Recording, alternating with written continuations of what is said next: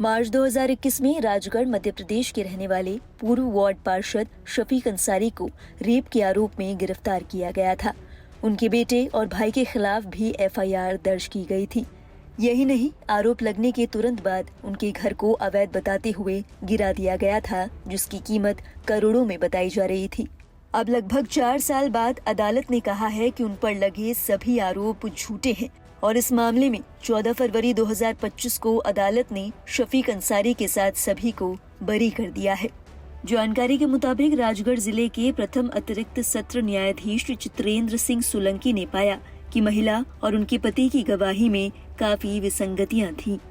सत्र न्यायालय ने 14 फरवरी को सुनाए गए अपने फैसले में कहा, आरोपी शफीक अंसारी के घर पर पीड़िता की मौजूदगी ही संदिग्ध है। पीड़िता के साथ आरोपी द्वारा यौन संबंध बनाने का दावा मेडिकल या वैज्ञानिक साक्ष्यों से साबित नहीं होता। पीड़िता ने घटना के बारे में अपने पति को देरी से सूचित करने या रिपोर्ट दर्ज कराने में देरी के लिए कोई संतोषजनक कारण नहीं बताया है। बता दें, अभियोजक पक्ष की ओर से दावा किया गया था कि 4 फरवरी 2021 को अंसारी ने महिला को उसके बेटे की शादी में मदद की पेशकश के बहाने घर बुलाया। इस वक्त अंसारी ने महिला के साथ जबरदस्ती की और उनका रेप किया। इसके बाद अंसारी को शरण देने के आरोप में उनके साथ उनके बेटे और भाई पर भी मामला दर्ज किया गया था। कोर्ट ने इस बात से भी पर्दा उठाया कि बलात्कार के आरोपों से पहले नगर निगम के अधिकारियों ने महिला के घर को ध्वस्त किया था। दरअसल महिला के पड़ोसियों ने उसके खिलाफ शिकायत दी थी कि उसके घर पर अवैध ड्रग का कारोबार चल रहा है। अदालत ने माना कि अंसारी एक वार्ड पार्षद थे और नगर पालिका ने अंसारी और इलाके के निवासियों के कहने पर महिला का घर ध्वस्त कर दिया। इस सुनवाई के दौरान अदालत ने आगे कहा, इससे पता चलता है कि पीड़िता ने अपने घर को गिराए जाने के कारण शफीक अंसारी के खिलाफ बलात्कार की रिपोर्ट दर्ज कराई थी। नतीजन ये साबित नहीं होता कि आरोपी शफीक अंसारी ने पीड़िता को गलत तरीके से रोका, उसके साथ बलात्कार किया या आतंक फैलाने के इरादे से उसे जान से मारने की धमकी दी। गौरतलब है, महिला ने इस मामले में दावा किया था कि उसके बेटे की शादी के कारण घटना के बारे में उसने किसी को नहीं बताया।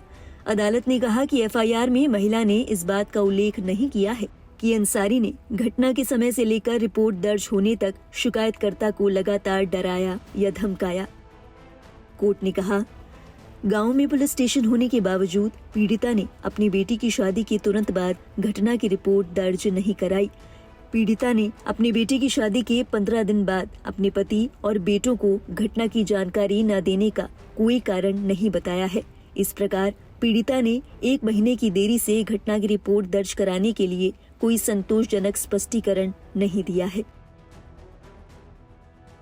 अदालत ने यह भी माना कि पीड़िता और घटना स्थल के बीच की दूरी 14 से 15 किलोमीटर थी।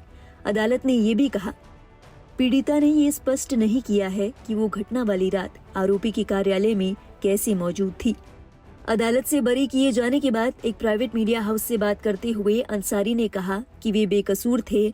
उन्हें जानबूझकर इसलिए निशाना बनाया गया क्योंकि उन्होंने अवैध ड्रग तस्करी के खिलाफ आवाज उठाई थी। अंसारी ने कहा, मुझे इसलिए निशाना बनाया गया क्योंकि मैंने अपने इलाके में अवैध ड्रग तस्करी के खिलाफ आवाज उठाई थी। महिला ने बदला लेने के लिए मेरे लिए झूठी शिकायत दर्ज करवाई। अपने घर को ध्वस्त किए जाने की बात पर अंसारी ने कहा, मुझे कोई नोटिस नहीं दिया गया और सुबह 7 बजे मेरा घर तोड़ दिया गया। पुलिस ने मुझ पर आत्मसमर्पण करने का दबाव बनाने के लिए ऐसा किया। मैं जल्द ही विध्वंस के खिलाफ अपील दायर करने जा रहा हूँ। जमानत पर बाहर आने के बाद मुझे अपने भाई के घर रहना पड़ा। अब मैं अपने पैतृक घर में शिफ्ट हो गया हूँ। इस मामले की वजह से मेरे पूरे परिवार को नुकसान उठाना पड़ा। कोर्ट से बरी होने के बाद अब इस मामले में अंसारी क्या एक्शन लेते हैं, ये तो वक्त ही बताएगा। इस मामले से जुड़ी हर अपडेट के लिए आप देखते रहिए लाइव हिंदुस्तान।